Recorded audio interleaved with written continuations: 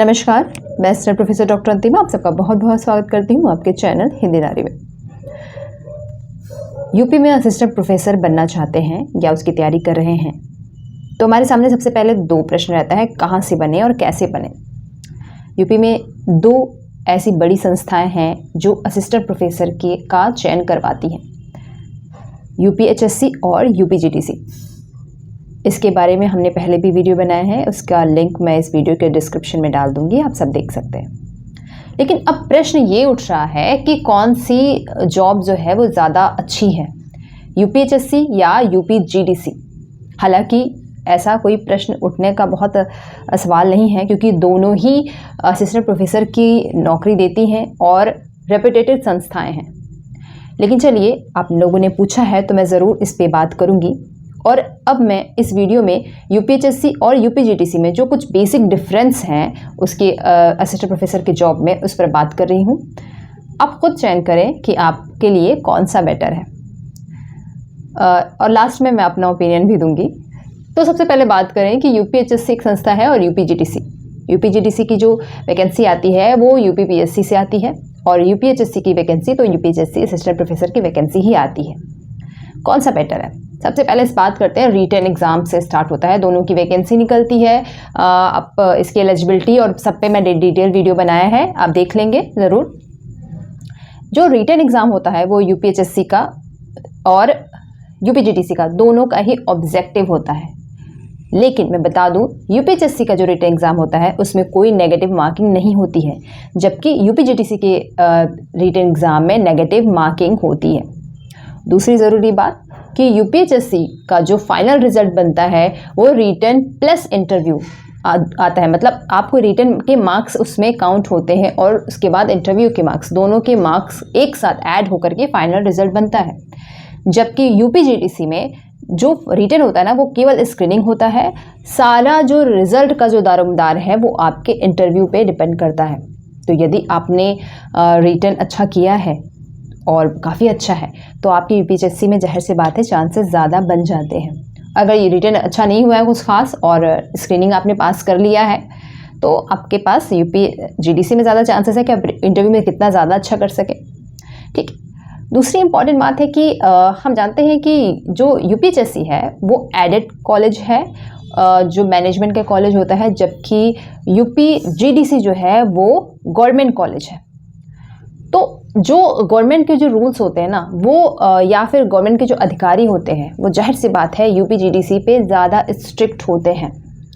UPHSC इस मामले में थोड़ा लिबरल हो जाता है, मतलब थोड़ा लिबरल। यहाँ पे ये स्वतंत्रता होती है कि आप पढ़ाई के साथ एक्स्ट्रा जो कुछ करिकुलर या फिर एक्स्ट्रा कुछ एक्टिविटीज़ करना चाहते हैं वो आप ज़्यादा कर सकते हैं अच्छे से। मसलन आप कोई राजनीतिक या ऐसे कुछ समाजसेवी कार्य है जिसमें करने के चांसेस यूपीएचएससी में आपको ज़्यादा मिलते हैं। अगर आप भारत के राजनेताओं को देख रहे हैं तो बहुत सारे राजनेता ऐसे हैं, ख़ासकर यूपी से जो आए हैं वो यूपीएचएससी के ही रहे हैं असिस्टेंट प्रोफेसर, और उसके बाद उन्होंने राजनीति में अपना प्रसार किया है। तो इस मामले में यूपीएचएससी में कहीं ना कहीं छूट मिलता है, यूपीजीटीसी में पूरी तरीके से आप गवर्नमेंट एम्प्लॉय होते हो। ठीक। दूसरी बात करूँ कि यूपीजीटीसी जो है वो गजटेड पोस्ट देता है।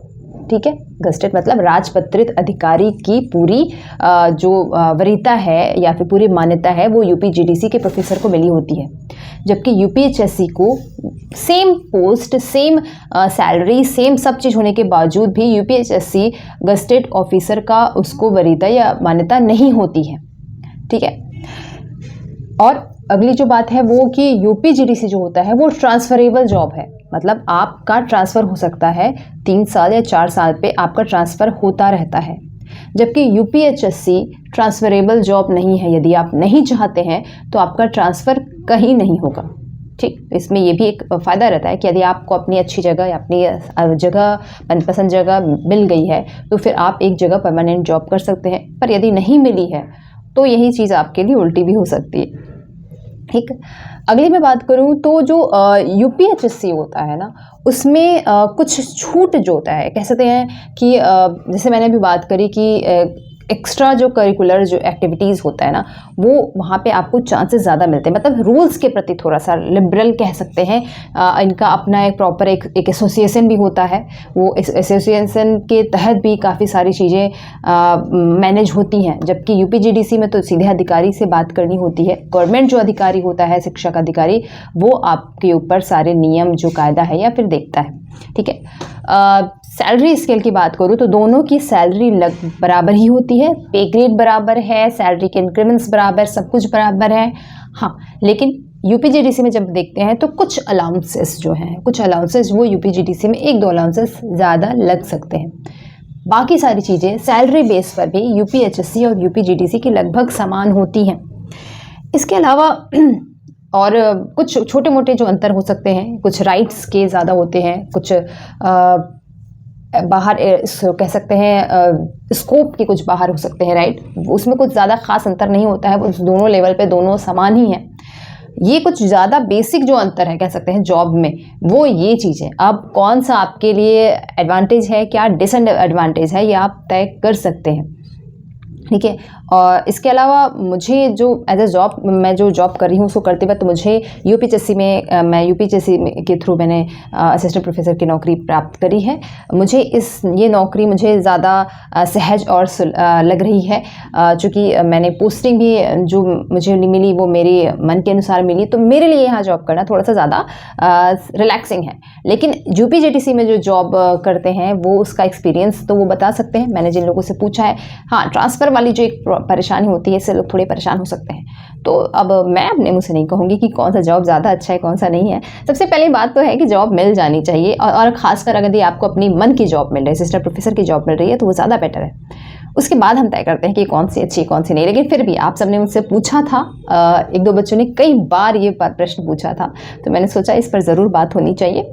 इसके अलावा भी यदि आपका यूपीजीडीसी या यूपीएचएससी से कोई प्रश्न है तो आप मुझसे पूछ सकते हैं, मैं जल्दी उसका जवाब लेकर आऊँगी। परीक्षा कब हो रही है, ये बड़ा इंटरेस्टिंग प्रश्न है।